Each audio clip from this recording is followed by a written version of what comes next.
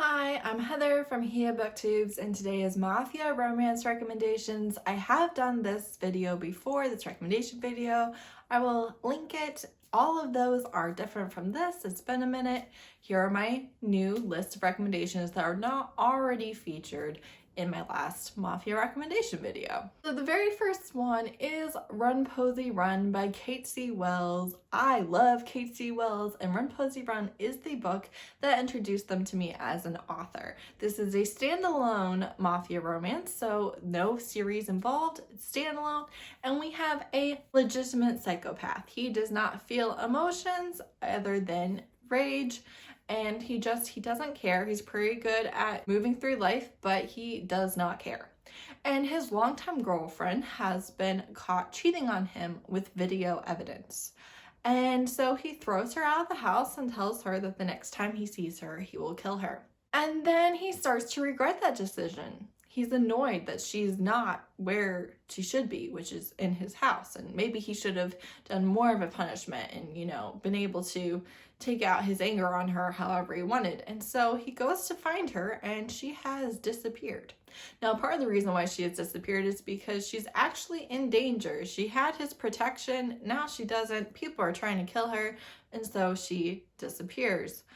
And then she just kind of can't help poking him a little bit. So there's a bit of a cat and mouse game happening, and then he finds her, drags her back, and is happy that she now realizes who he is and what he is, and that he doesn't feel anything for her. But he's annoyed that she's not the same happy-go-lucky, just whatever's fine girl that she was. And it's very interesting. I love this juxtaposition that she does in this book, because you have a man who feels nothing and a woman who will put up with too much because she desperately wants to be loved.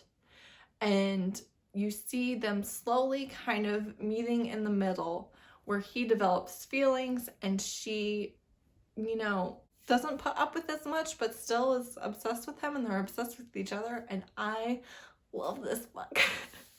It is a dark romance. The beginning, you might be uncomfy because it is very clear, and it's put out very clearly that he does not care. Yeah, violence, torture, murder, all the things, but I'm a fan. Then I have Beautiful and Dirty, which is The Family 0.5 by Katrina Jackson. I love this Mafia romance series, and the book that continues or finishes, I'm not sure because I haven't got to read it yet. The couple that is in this novella is coming out, I believe, March 19th. So before or after, right around when this video is being released. And this initial intro to the series is a girl on vacation in Italy with her boyfriend, and they're fighting a lot, and she leaves without him. She goes on a day trip without him, and in that day trip, she stumbles upon a restaurant, and in that restaurant is this older, very dignified head of the mafia, and they have an affair, and she gets pregnant. And he knows that she's not safe. He doesn't know that she's pregnant. He knows that she's not safe. He sends her back. They have this one day together, and she goes back to America. And that is how this novella ends. She finds out she's pregnant. She's in America. They are not in contact. She has no way to contact him. However, we then see her cousin, I want to say, go to Illy because her celebrity fiance was just caught cheating on her the day before the wedding. So she walks out, she doesn't get married, she walks out, she goes on their honeymoon without him, and she is crying and sobbing every night. And the hitman for the mafia has been sent to have a little getaway, be under the radar, and he is hearing this woman sob every night, and he can't sleep. And he also is very attracted to this woman that he sees at the pool every day. And of course it's the same woman, and then things go down. Somebody's trying to kill him. She's now collateral damage, and so they go away together and fall in love. While she's on this little break from reality where she's trying to avoid the paparazzi and all of the drama back home, her family can't get in touch with her because she will not answer them. And so the character from the novella and the older sister of the character in the second book, I hope I'm getting these relationships right. I know two of them are sisters and one of them is the cousin. I can never quite remember which books are which for that. But then she goes with the character from the first book to find the character from the second book. They follow her iPhone AirTag, and they end up at the restaurant. The head of the mafia sees that first girl is pregnant.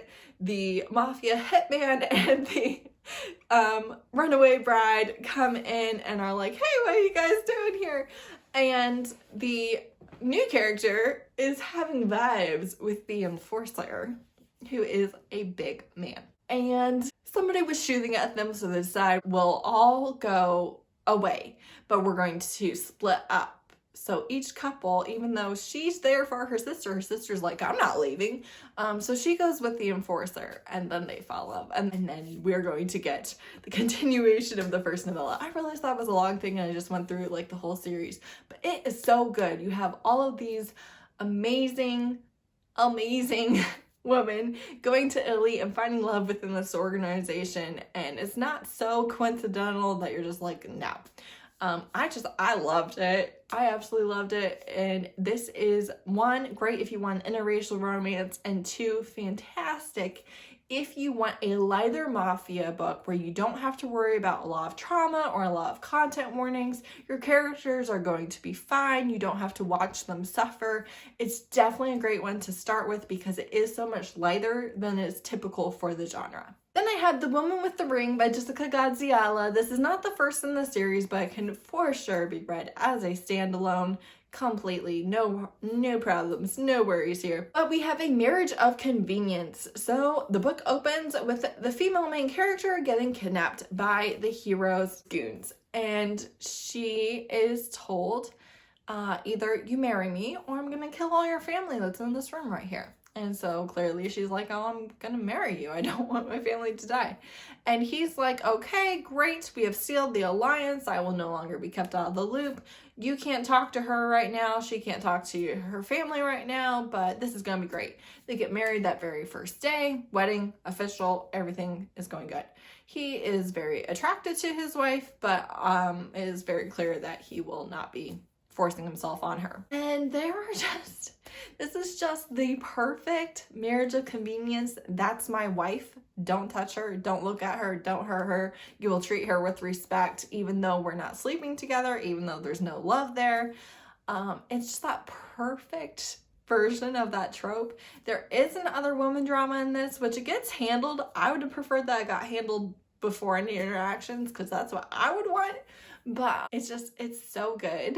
And I loved it. You get a very alpha, very dominant man who maybe is not the best at listening, and maybe they're not the best at communicating, but he genuinely wants his wife to be happy even before he falls in love with her. And it's really good. Then I have The Bastard's Betrayal, which is Scandalous Scions #1 by Cate Robert. I think she might be changing the series name, but that's the one I have for now. This has one of my favorite tropes, and that is stolen from the wedding. I am a sucker for it. I love this trope so much. I blame a certain popular fantasy series. If you know, you know. One love interest steals the main character from another love interest at a wedding, at their wedding, and it's so good. I love this. So she is dating outside of the mafia world. She is a mafia princess, but on top of being a princess, she is a mafia heir. So her father, who they actually are main characters in a previous series of Cate Roberts. I've read one, I haven't read the whole series. It's not necessary. You definitely can read this as a standalone. But her parents are making her the next head of the mafia, which is highly unusual to make a woman a head of the mafia. It's just not done. But they are trying to enlighten people, and so she is the heir, and she has been blowing off some steam with this guy who is not in the mafia world. He's a cinnamon roll, maybe he's not great, but whatever. However, it turns out that he's actually from a rival mafia and has been playing her and hiding who he is. And when her parents tell her this, one, she's embarrassed, two, she's angry. And so she goes to his apartment, confronts him, shoots him a couple times, and he's like, never loved you more. But also, it turns out, you know, he's not so mild-mannered, and he's like, this isn't over. And she's like, oh, it is over. I'm gonna marry this other rival mafia guy in a month, so suck it. Which she does attempt to do, and he does steal her from the wedding, and it's like, the only person you're gonna be marrying is me. But they have to deal with mafia politics, and what would this alliance do? Who would allow it? Who would have a problem with it? Who would start an all-out war over it? And it's so good. It does definitely set up quite a bit of other books. However, you can read it by itself. It is my favorite trope. It's two people battling it out who are each other's equals, and also the whole I might have been a mediocre lover on purpose trope is in there, so that's always a fun one. Lastly, I have First Comes Blood, which is Promised in Blood #1 by Lilith Vincent. This is a polyamorous 4 men share 1 woman mafia series. The woman is 18. We have a age gap. Also, it opens with her being 17, although they're not sleeping with her. And she is the mayor's daughter. And they have decided that she has to marry one of them in order for the mayor to keep the peace. Things are kind of at a standstill almost for about a year. And then after she turns 18, she's going to marry one of them. This is dark. This is definitely the darkest book on this list. It is a trilogy, obviously following the same group couple. And so I liked it, but I didn't love it, but I liked it. I read all 3 books, which honestly is a recommendation in and of itself because I tend not to do that. But you have a lot of content warnings. You have content warnings for brutal murder of a loved one, for serial killers, more torture and brutal murders of young girls talked about pretty extensively. You have an abusive father. The men are definitely not nice to her at all. Like, you just kind of want to punch them in the face, honestly. At least I did. And there's, you know, they have a lot more power, they have a lot more age. I don't know what they see in her, but here we are. It was a lot, and it is very kinky. Knife play, gun play, breath play, needle, you name it, they got it. So one of those kinky bastards is into it. It's a lot. It's a lot. But it was good, and I do recommend. I figured some things out, other things were a mystery, and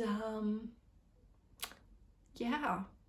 If dark, twisted, kinky, polyamorous reverse harem is your thing, this might be the one for you. And that's it. Those are all of my Mafia recommendations. Let me know if you have any recommendations for me in the comments, or if you've read or loved any of these, or if you're putting them on your TBR. Let me know. I do love talking to you guys. Thanks so much for watching. Bye!